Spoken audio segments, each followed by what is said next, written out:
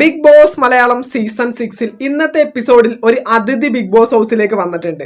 അതുപോലെ തന്നെ ഈ ഒരു അതിഥി വന്നതിന്റെ ഭാഗമായിട്ട് ബിഗ് ബോസ് ഹൗസിൽ ഒരു എവിക്ഷൻ സംഭവിച്ചു എന്ന് രാവിലെ മുതൽ ഒരുപാട് ന്യൂസും കാര്യങ്ങളും ഇങ്ങനെ കേട്ടു. അതിനെപ്പറ്റിയുള്ള സത്യാവസ്ഥയൊക്കെ നമുക്ക് സംസാരിക്കാം. അതുപോലെ തന്നെ ആരാണ് ബിഗ് ബോസ് ഹൗസിലേക്ക് വന്നത്, എന്തിനു വേണ്ടിയാണ് വന്നത് എന്നുള്ള കാര്യമൊക്കെ 100% കൺഫേംഡ് ആയിട്ട് അറിഞ്ഞിട്ടുണ്ട്. ബിഗ് ബോസ് മലയാളം സീസൺ 6 പുതുപുത്തൻ വിശേഷങ്ങൾക്കായിട്ട് ചാനൽ ഇതുവരെ സബ്സ്ക്രൈബ് ചെയ്യാത്തവർ തീർച്ചയായിട്ടും ഒന്ന് സബ്സ്ക്രൈബ് ചെയ്ത് സപ്പോർട്ട് ചെയ്യാം.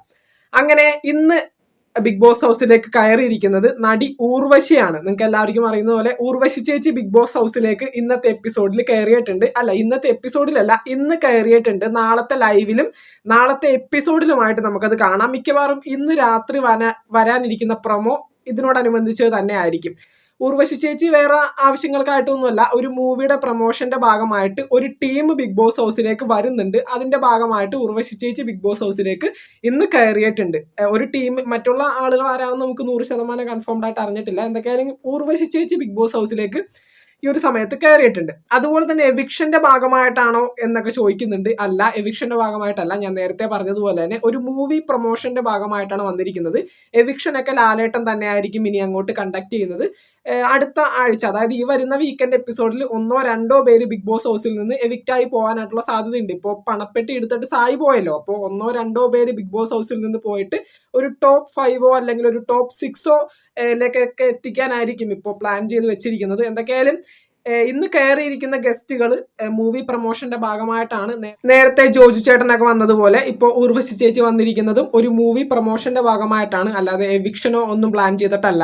ഇപ്പൊ എന്താ, മറ്റുള്ള സീസണുകളെ സംബന്ധിച്ചുകൊണ്ട് ഒരുപാടധികം ഗസ്റ്റുകൾ വന്നൊരു സീസണാണിത്. വേറെ ഒന്നുമല്ല, കണ്ടന്റ് ഇല്ല. കാരണം എന്ന് വെച്ചിട്ടുണ്ടെങ്കിൽ അടുത്ത ആഴ്ച പഴയ കണ്ടസ്റ്റൻസ് ബിഗ് ബോസ് ഹൗസിലേക്ക് വരികയാണ്. അപ്പോൾ അതുവരെ ഒന്ന് തള്ളി നീക്കണ്ടേ. ഈ പണപ്പെട്ടി മാത്രം വെച്ച് കഴിഞ്ഞാൽ അതൊരു എൻറ്റയർ കണ്ടന്റിലേക്ക് പോവില്ല. എന്ന് വെച്ചാൽ പണപ്പെട്ടി അവിടെ ഇരിപ്പുണ്ട്, ഓക്കെ, എന്തൊക്കെയായാലും അത് എടുക്കുന്നതിനെ പറ്റിയുള്ള കാര്യങ്ങളൊക്കെ കണ്ടസ്റ്റൻസ് തമ്മിൽ ഇന്ററാക്ട് ചെയ്യുന്നതൊക്കെ കാണാൻ പറ്റും. പക്ഷേ ഒരു കണ്ടന്റ് ബിഗ് ബോസ് ഹൗസിൽ ഉണ്ടാവില്ല. അതുകൊണ്ട് തന്നെ കാണുന്ന ആളുകൾക്ക് ബോറടിക്കാതിരിക്കാൻ ഈ ഒരാഴ്ച അവരിങ്ങനെയൊക്കെ തള്ളി നീക്കിക്കൊണ്ടും പോകും. എന്തൊക്കെയായാലും അടുത്ത ആഴ്ച അടിപൊളിയായിരിക്കുള്ളൂ. എന്ന് വെച്ചാൽ എത്ര പേര് വരാനിരിക്കുന്നു.